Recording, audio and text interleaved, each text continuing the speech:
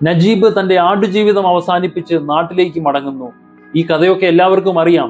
എങ്കിലും ഡെസ്റ്റിനി ഒരുക്കിയ അത്ഭുതങ്ങളിലൂടെ ആടുജീവിതം അനുഭവിച്ച മനുഷ്യന്റെ, എഴുതിയ മനുഷ്യന്റെ, അവതരിപ്പിച്ച മനുഷ്യരുടെ ഒക്കെ ജീവിതത്തിലൂടെ ഒരു യാത്ര നടത്തി നോക്കുകയാണ് ഈ വീഡിയോ.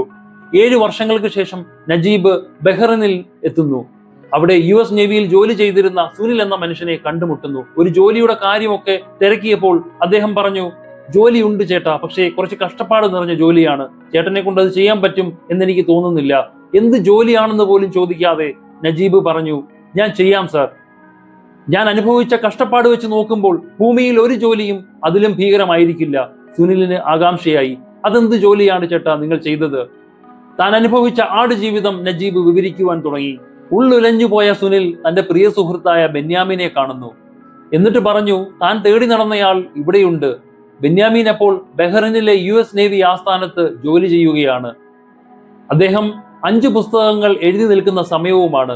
ഗൾഫ് മേഖലയിൽ നിന്ന് വരുന്ന പുസ്തകങ്ങളിൽ, കഥകളിൽ കൂടുതലും നാടിനെ കുറിച്ചുള്ള നൊസ്റ്റാൾജിയാണ് എന്നൊരു ആക്ഷേപവും അക്കാലത്തുണ്ടായിരുന്നു. അതുകൊണ്ട് തന്നെ തന്റെ 6ാമത്തെ പുസ്തകം അറബ് പ്രവാസ ജീവിതത്തിലെ വേറിട്ട കാഴ്ചകളാകണമെന്ന് അദ്ദേഹത്തിന് ഒരു തോന്നലുണ്ടാകുന്നു.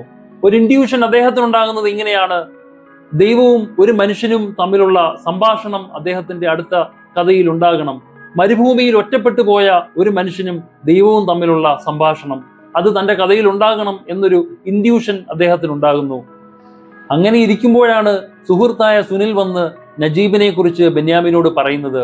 ബെന്യാമീൻ തേടി നടക്കുന്ന കഥാപാത്രത്തെക്കുറിച്ച് സുനിലിനോട് നേരത്തെ പറഞ്ഞിട്ടുണ്ടായിരുന്നു. ബെന്യാമിന്റെയും നജീബിന്റെയും കൂടിക്കാഴ്ച ചരിത്രമായി. നജീബിന്റെ കഷ്ടപ്പാടുകൾ ലോകത്തോട് വിളിച്ചു പറയാൻ ദൈവം നിയോഗിച്ചത് ബെന്യാമീനെ ആയിരിക്കും. ബെന്യാമീൻ തേടി നടന്നതും നജീബിനെ പോലെ ഒരാളെയായിരുന്നു. മഹാനായ സൂഫി കവി ജലാലുദ്ദീൻ റൂമി ഇങ്ങനെ പറഞ്ഞിട്ടുണ്ട്, what you seek is seeking you. നീ തേടുന്നത് നിന്നെയും തേടുന്നു. നജീബ് പലതവണ ആത്മഹത്യ ചെയ്യുന്നതിനെ കുറിച്ച് ചിന്തിച്ചിരുന്നു. അത്രയും നിരാശാപൂർണമായിരുന്നു അദ്ദേഹം അനുഭവിച്ച ആടുജീവിതം. മരുഭൂമിയിലെ പേടി സ്വപ്നമാണ് അവിടെയുള്ള ഉഗ്രവിഷമുള്ള പാമ്പുകൾ. തന്റെ ആട്ടിൻപറ്റം ഈ വിഷമേറ്റ് ചത്തുവീഴുന്നുമുണ്ടായിരുന്നു.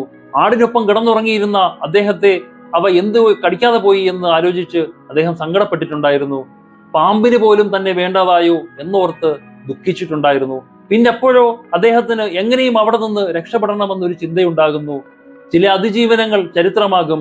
അദ്ദേഹം അതിജീവിച്ചത് അദ്ദേഹത്തിന്റെ മാത്രം ജീവിതമല്ല. ആടുജീവിതം വായിക്കുന്ന ഓരോ വ്യക്തിയും തന്റെ ജീവിതം അത്രമേൽ പ്രയാസഭരിതമാകിയാൽ അങ്ങ് അവസാനിപ്പിച്ചേക്കാം എന്ന് കരുതുമ്പോൾ ഈ മനുഷ്യന്റെ മുഖം ഓർത്തെടുക്കും. നമ്മൾ ഈ ഭൂമിയിൽ ജീവിക്കുന്ന ഈ ജീവിതം കേവലം നിസാരമായ ഒരു കൊച്ചു ജീവിതമാണ് എന്ന് കരുതുക വയ്യ. ജലാലുദ്ദീൻ റൂമി പറയുന്നു, you are not a drop in the ocean, you are the entire ocean in a drop. നീ വെറും ഒരു തുള്ളി ജലമല്ല, ഒരു മഹാകടൽ മുഴുവനും നിന്നിൽ അടങ്ങിയിരിക്കുന്നു. ആടുജീവിതം സിനിമ കൂടിയാകുമ്പോൾ നജീബ് എന്നത് കടലിലെ ഒരു തുള്ളി ജലമല്ല, അദ്ദേഹം മനുഷ്യന്റെ സങ്കടങ്ങളുടെ കടൽ ആഴങ്ങളെ മുഴുവൻ പ്രതിനിധീകരിക്കുന്നു എന്ന ആ മഹാകാഴ്ച കൂടി നമുക്ക് കാണാൻ കഴിയുന്നു.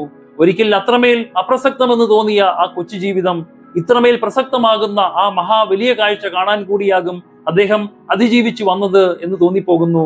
നമ്മൾ ഇന്ന് ഈ സിനിമയെ ഇത്രയും ആകാംക്ഷയോടുകൂടി സമീപിക്കുന്നത് ബ്ലസ്സി എന്ന സംവിധായകനും പൃഥ്വിരാജ് എന്ന നടനും എടുത്ത സമാനതകളില്ലാത്ത എഫർട്ട് കൂടി പരിഗണിച്ചാണ്. കഠിനമായ ഫിസിക്കൽ ട്രാൻസ്ഫോർമേഷന് വിധേയനായിട്ടുണ്ട് പൃഥ്വിരാജിന്. തന്റെ അമ്മ ഒരു ഘട്ടത്തിൽ ഇത് കണ്ടിരുന്നെങ്കിൽ ബ്ലസ്സി എന്ന സംവിധായകനെ തല്ലുമോ എന്ന് പോലും പേടിച്ചിരുന്നു എന്ന് അദ്ദേഹം തമാശയായി പറയുന്നുണ്ട്. അത്രയും കഠിനമായ ടാസ്കുകൾ ബ്ലസ്സി എന്ന സംവിധായകൻ പൃഥ്വിരാജിനെ കൊണ്ട് ചെയ്യിപ്പിച്ചിട്ടുണ്ട്. അതിന് ബ്ലസ്സിയോട് പൃഥ്വിരാജ് നന്ദി പറയുന്നുമുണ്ട്. റൂമി പറയുന്നു, if you are irritated by every rub then how will you be polished. നിങ്ങൾ അതിനെങ്ങനെ വിശദീകരിക്കാം?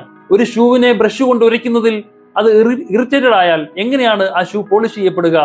ഒരു കല്ലോ ശില്പമോ തന്റെ ശില്പിയുടെ ഉളിയുടെ പ്രഹരത്തിൽ അസ്വസ്ഥമായാൽ എങ്ങനെയാണ് അതിൽ ഒളിഞ്ഞു കിടക്കുന്ന ആ മഹാശില്പത്തെ പുറത്തു കൊണ്ടുവരാൻ സാധിക്കുക? പൃഥ്വിരാജ് ബ്ലസ്സി എന്ന ശില്പിക്ക് മുന്നിൽ ഒരു മഹാശില്പമാകാൻ നിന്നുകൊടുത്തു. അദ്ദേഹം പറയുന്നത്, തന്റെ സിനിമകളൊന്നും തന്റെ മകളെ കാണിക്കാറില്ല, കാരണം അവൾ കൊച്ചുകുട്ടിയല്ലേ. പൃഥ്വിരാജ് എന്ന നടനെ അല്ല അവൾ ആ സിനിമകളിൽ കാണുക, അവളുടെ അച്ഛനെയാണ്.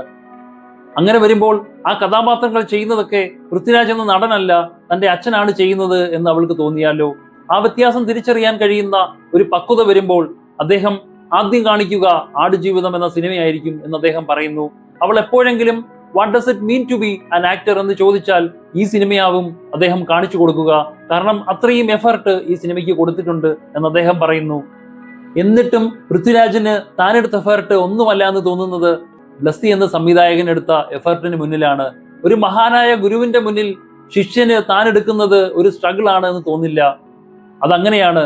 കാരണം ഒരു മഹാനായ ഗുരു എന്ന് പറയുന്നത് ഒരു മഹത്തായ മാതൃകയുടെ പേര് കൂടിയാണ്.